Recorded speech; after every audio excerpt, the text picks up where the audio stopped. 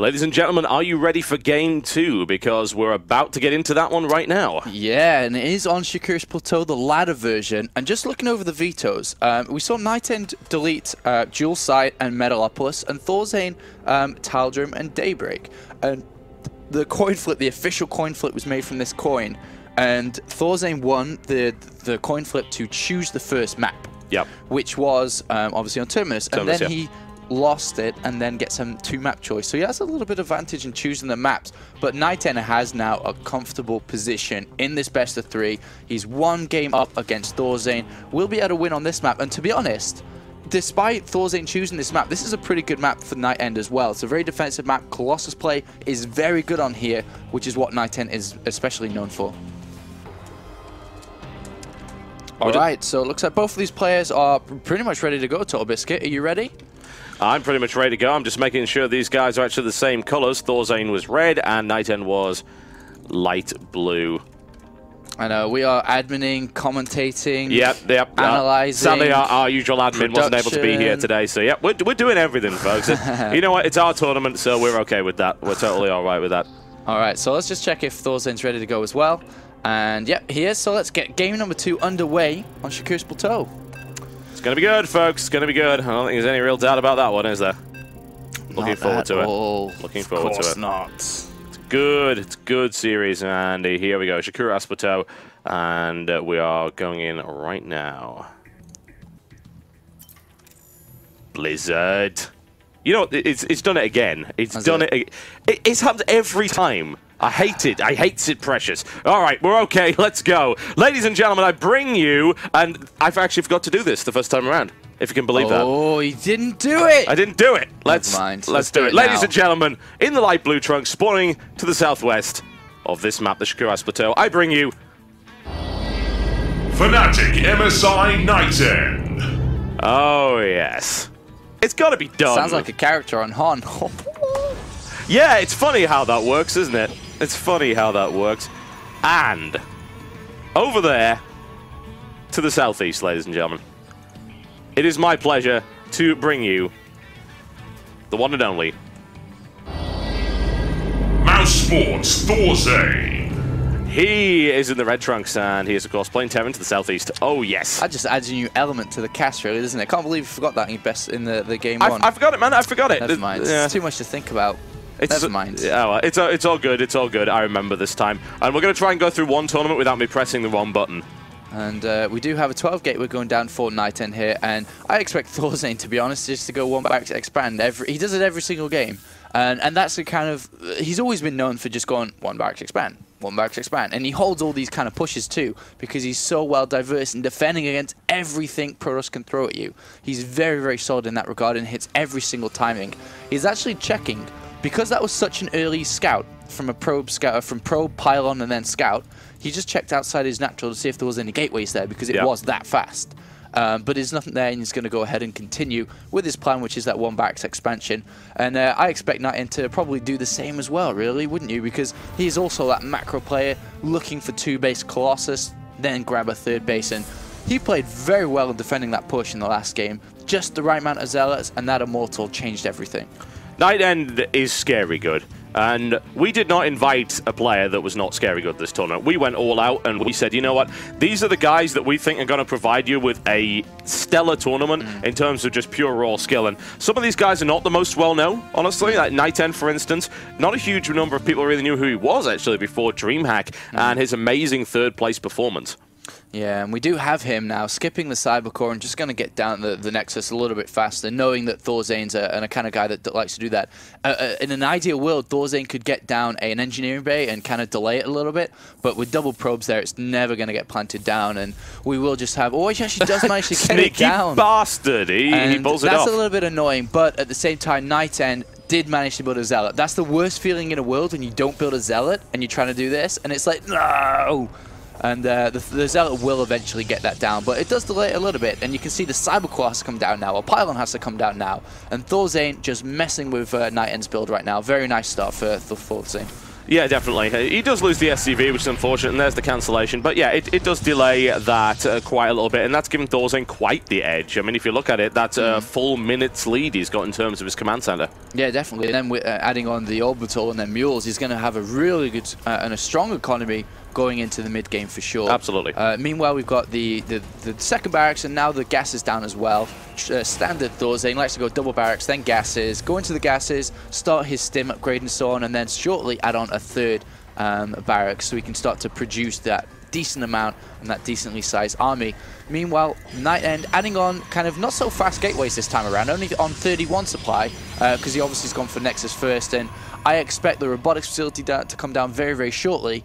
Scout and then into that Colossus is so super standard here for him. Yeah, absolutely, and it's looking pretty solid for both players thus far, with ThorZaIN holding the slight lead.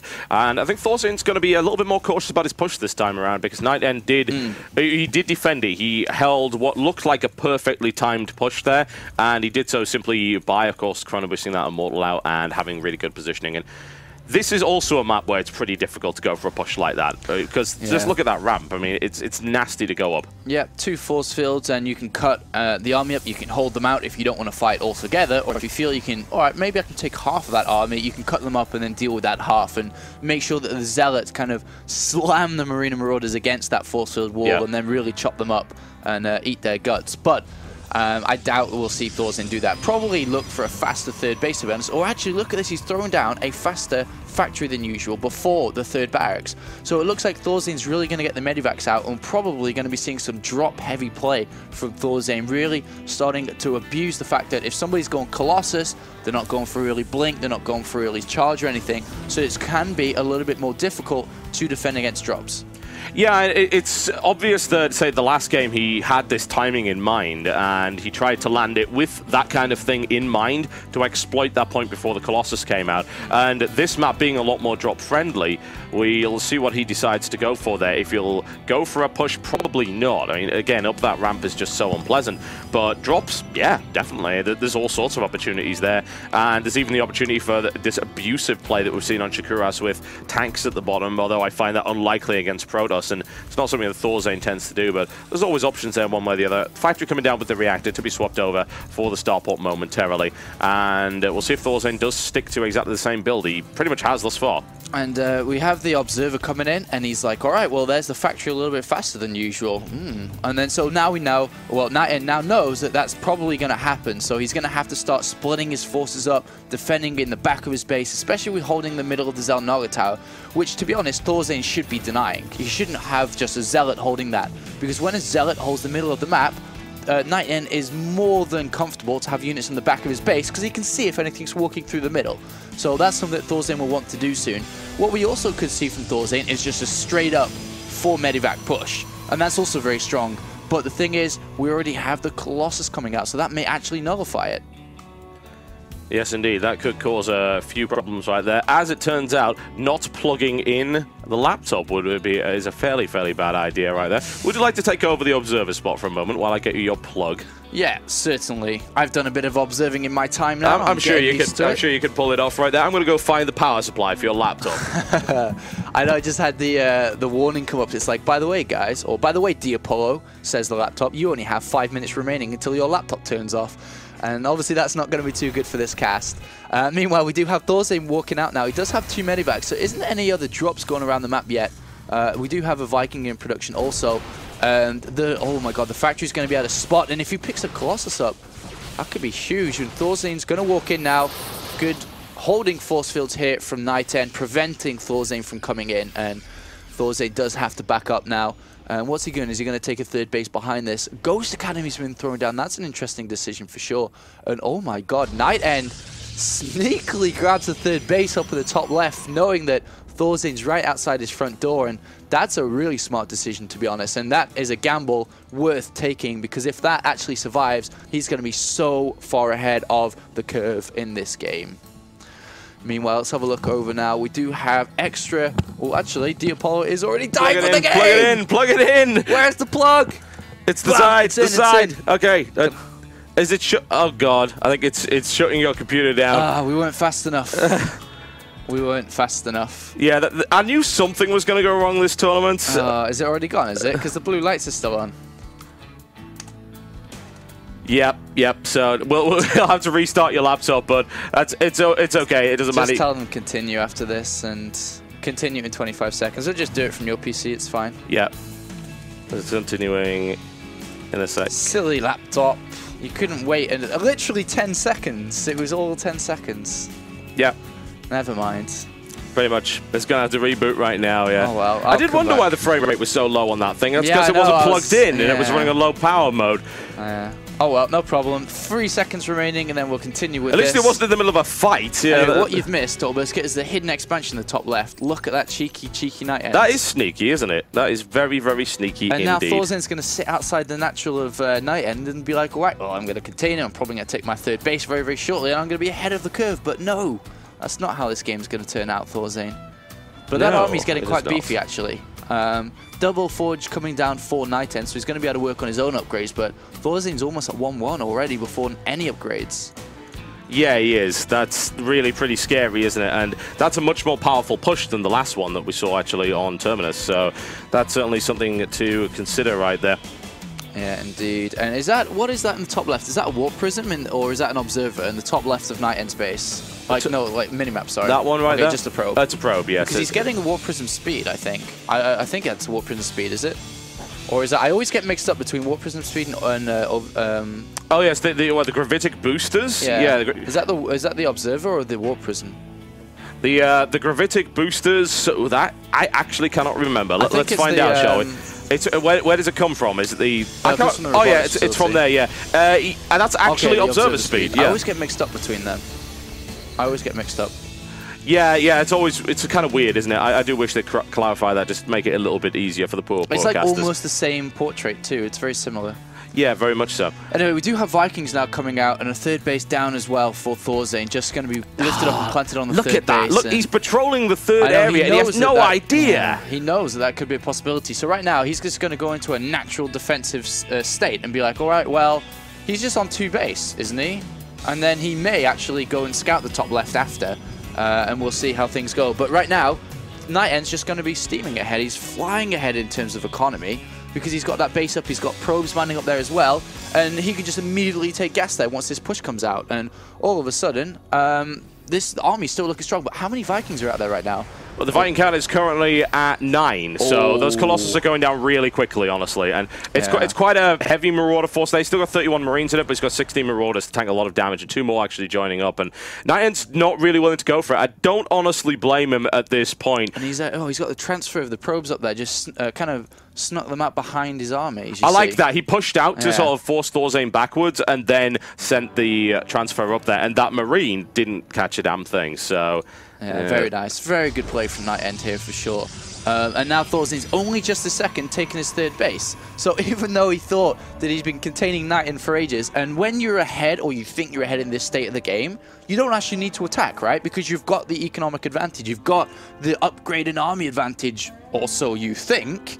So we have ThorZaIN sitting in the middle map waiting for NightEnD to come at the moment. And it's not going to work out so well, because now the upgrades are going. I think that's 2-2 being researched as well from NightEnD as well, by the different color of the upgrades. It is indeed. So he's actually in a really good shape right now. Yeah, and ThorZaIN could go for a timing attack here with +2/+2 landing before the 2-2 finishes there. Now that EMP was not exactly what I'd call ideal. Vikings going in immediately. So many Zealots there, and they don't have that Zealot charge available.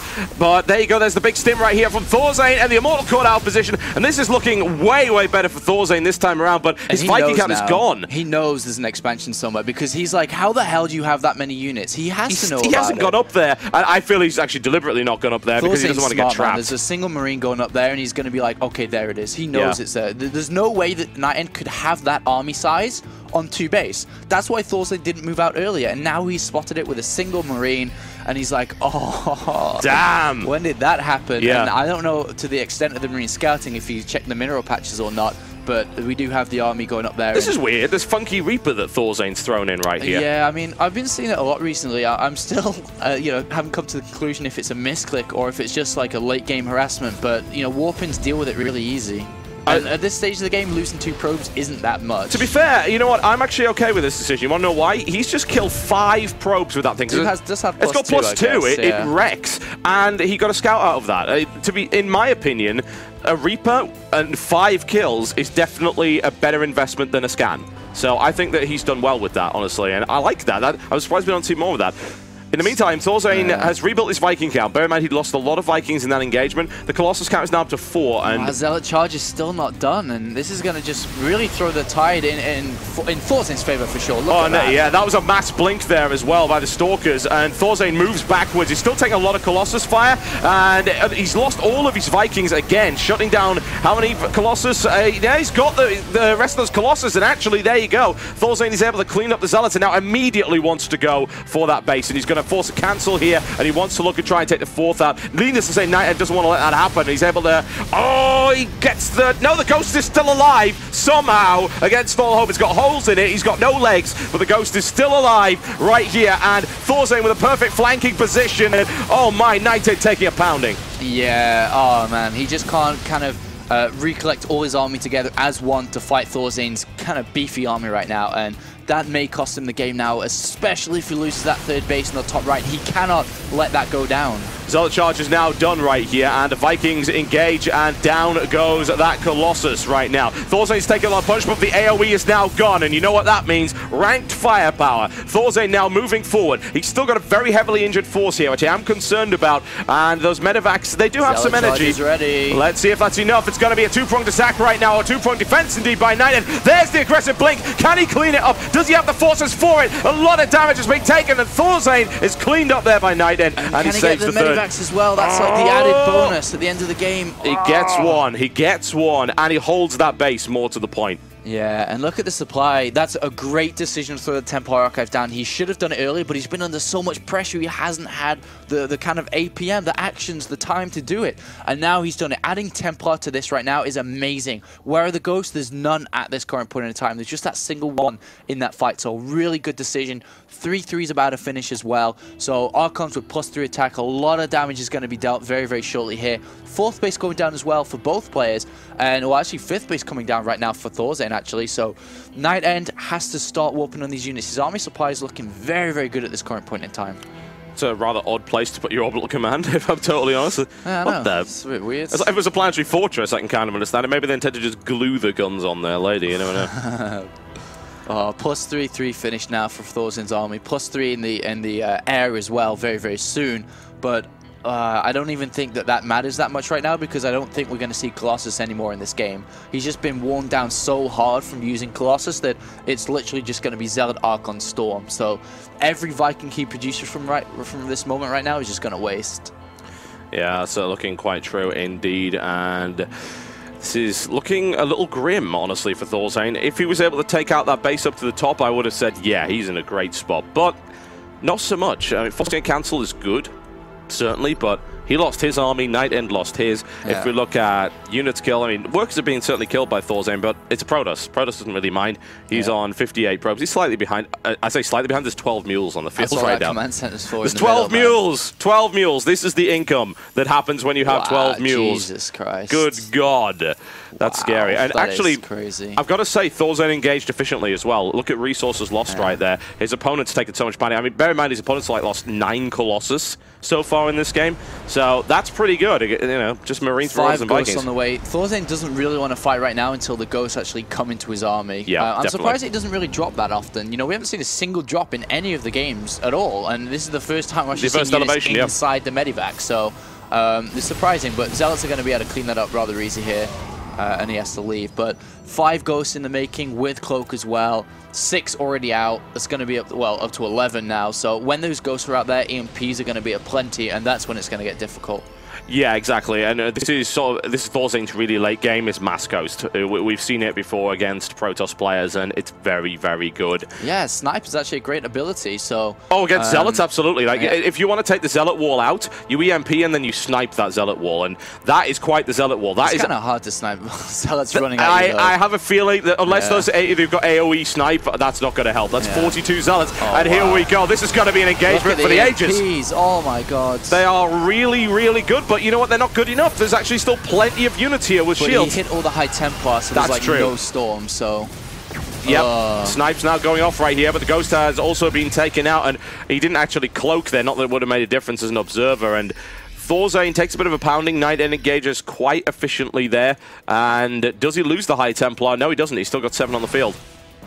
And NightEnD just needs to kind of bank up money so he can remax with Zealots, but right now, ThorZaIN, it doesn't really have a big supply advantage, but he's just going to sit and kind of look to fight in these kind of small, tightened areas to nullify Zealot charge, to make sure he maximizes EMPs, and look at these 2 Brave Ghosts. There's no Observer there either, so this is going to do a lot of damage. He's going to be able to pick off so many High Templars. He's sniping the High Templar. I'm liking that an awful lot, and he takes out, I think, 3 or even... Was that 4 High Templar? Yeah, possibly. It was actually... Yeah, it was 4 High Templar for 2 Ghosts. That's a totally fine trade, in my opinion. Yeah, 3 more High Templar being warped in, but they're not going to have Storm for a few seconds, and NightEnD has to find magic Storms, man.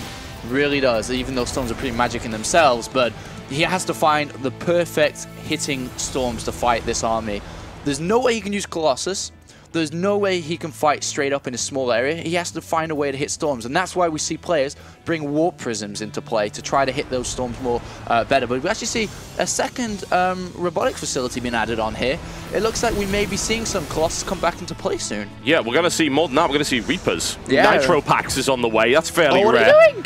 Oh, he's drifting out of position, and ThorZaIN takes full advantage of that. Snipes off a couple more High Templar. EMPs go off on the front line, and that drives NightEnD back for a while. ThorZaIN's now maxed. NightEnD is now maxed. Both are on 3-3. Now, these games are getting really stompy really fast. Yeah, and this is going to be a big fight, TotalBiscuit. Yes, it is. There's a lot of AoE available right there. The Zealots are now on the front line, and ThorZaIN holds that line. And my God, the amount of punishment he just dealt out right there. Yeah, so toe-and-toe. I'm just like silently observing, watching this fight, because this can still go either way. One slip-up of a hotkey, one misclick when you don't bring High Templar back, for example, can cost you the game. Yeah, I'm really interested in this Nitro Pack, actually, and I'm surprised we're not seeing more, say, Reaper play late game, because with the Protoss trying to... buildings as well. Yeah, they do. So, with 3-3, Reapers are nasty. He can produce, like, 6 at a time. If he gets a Reaper hit squad, if he takes, say, damage and then goes Reaper, that's gonna be super effective. They're also really good DPS, as it turns out, against Zealots. SCVs are being thrown away now as well. He's just going to build up orbital commands and really basically build the ultimate army, and this is not a good place to fight for NightEnD. Oh my God, yeah, you don't want to be anywhere near that, and NightEnD takes a pounding as a direct result of that. A Reaper on the way up for ThorZaIN. I'm intrigued by that. That's actually could cripple NightEnd's economy potentially, and hello, free base. Yeah, just quick, one click on the base probably just goes down. Pretty much, with that kind of army. And he knows where his opponent is. Oh, big storm in the center. Good damage done right there. And that's going to drain medevacs. Yeah, exactly. That's what I was going to say. Even if he heals everything up, the medevac energy is going to go down. So that's a very nice storm there. Yeah, Ghost gets slapped down in the center of the army right there. This is the time that, as a Terran player, you sit in a defensive posture, you should be dropping, really, because the Protoss player can't warp in units to defend it, so it's like, how can you stop it? And I'm still looking around, but this is another 5 Reapers in production with 3-3. Yep, that's the transition, man. That is the transition that I haven't seen for ages from anybody, and you know what? I like it. I like it a lot. How much damage is that Reaper doing? What is he targeting? Okay, well, that's pretty useless. I'm not really sure what he's doing there. But that's pretty useless. Yeah, targeting the empty assimilator is probably not the optimal use of that Reaper. He's building 10 Reapers at a time. Dude. Apollo, that's 10 Reapers in a pro game. Reapers are actually quite good in fights as well. Obviously, very good against Zealots, they're amazing. I'm interested to see if he's going to use them for, like... Why did he hit the assimilator? I know. I'm interested to see if he's going to use them as... Oh my God, what the hell? NightEnD wants a bigger army. Well, how many probes is he at now? He's down to 33. Gee, okay, well, I guess both these guys are throwing workers away to get a bigger army. He's only kind of mining from one efficient base, to be honest. Well, that was the worst storm in history right there. I'm really trying to follow these Reapers. I'm not in the game to observe. I'm just watching what you guys are watching too, so I can't see what's happening in the Reaper count's at 11. Reaper count is at 11. That's insanity. He's going to be able to like 2-hit. He can 2-hit Nexus, I think, with 11 Reapers. Maybe 3-hit with shields, but yeah, that's going to be huge. And you know what? Like, NightEnD isn't expecting that either. Is he going to use them in the fight? I don't know, but this is brand new. I haven't seen this ever, honestly. Unless this is like a really old school tactic from beta, I don't know what's going on with this. They didn't really use it in the late game in beta either, but we'll see. We'll see. This is why Korean Terrans in the Slayer's house kept stealing stuff from ThorZaIN, because this stuff is unique, man. It's nobody does this. This is really, really interesting. Is that going to be Planetary Fortress contained in the center? It very well could be. Right. He basically needs an observer there, and if he puts a Planetary Fortress and a turret, he won't even have vision because of the grass. So that's like an amazing position. Where the Reapers haven't gone harassing, they haven't done it. so I don't know why use them in a fight. They have really good DPS, so if they hop up actually on the top, they can hop up on the cliff and do huge damage, and damage won't be coming in. But there are the Reapers at the back right there, dealing a lot of damage to those Zealots, and oh my god, the Zealots get absolutely murdered at an incredibly fast pace. And there's the cloak, and what the hell just happened to NightEnd's army? I don't even know, man. There's ghosts, there's Reapers, there's tunneled attack. What the balls did we just see? No storms hit because every EMP hit first, and snipes are going off, and that's just a perfect engagement there for ThorZaIN, and he's just going to roll the game now. That was really, really amazing. Oh my god! Oh my! Reapers are doing damage in the mix as well. What in the hell? Yeah. You know, it's just a perfect fight. Guys, you want to learn Terran? What the hell did we just see happen? It's a perfect fight, man. That's what you just saw. That was sick. That was really, really good. Really tight, forcing the attack because NightEnd knows the longer this goes on, the harder it gets. Because he can't take the bases by the Xel'Naga towers. ThorZaIN's never going to let that happen. ThorZaIN can take them. He's got no SCVs because he can just build mules. The game gets rougher and rougher and rougher as it goes on. There's just, brilliance. I'm in awe right now of what the hell we just saw there. ThorZaIN has basically just single-handedly ruined the TVP metagame. Yeah, I mean, the thing is, a lot of people, you know, talk about how difficult it is as a Terran player to fight against late-game Protoss. But when you get to late game, like the end game, that's when it actually turns around, and Protoss have a hard time against Terran, because what can you do when they're sitting there, Planetary Fortress, turrets, you can't fight in a good engagement, especially on SHOUTcraft Plateau. And that was amazing. That was really good to see. That was unbelievable. That blew my mind. Okay, folks, we're going to go to a quick ad break, and when we come back, we're going to see Game 3 of this incredible series. Antigua Shipyard, baby. That's where it's going to be.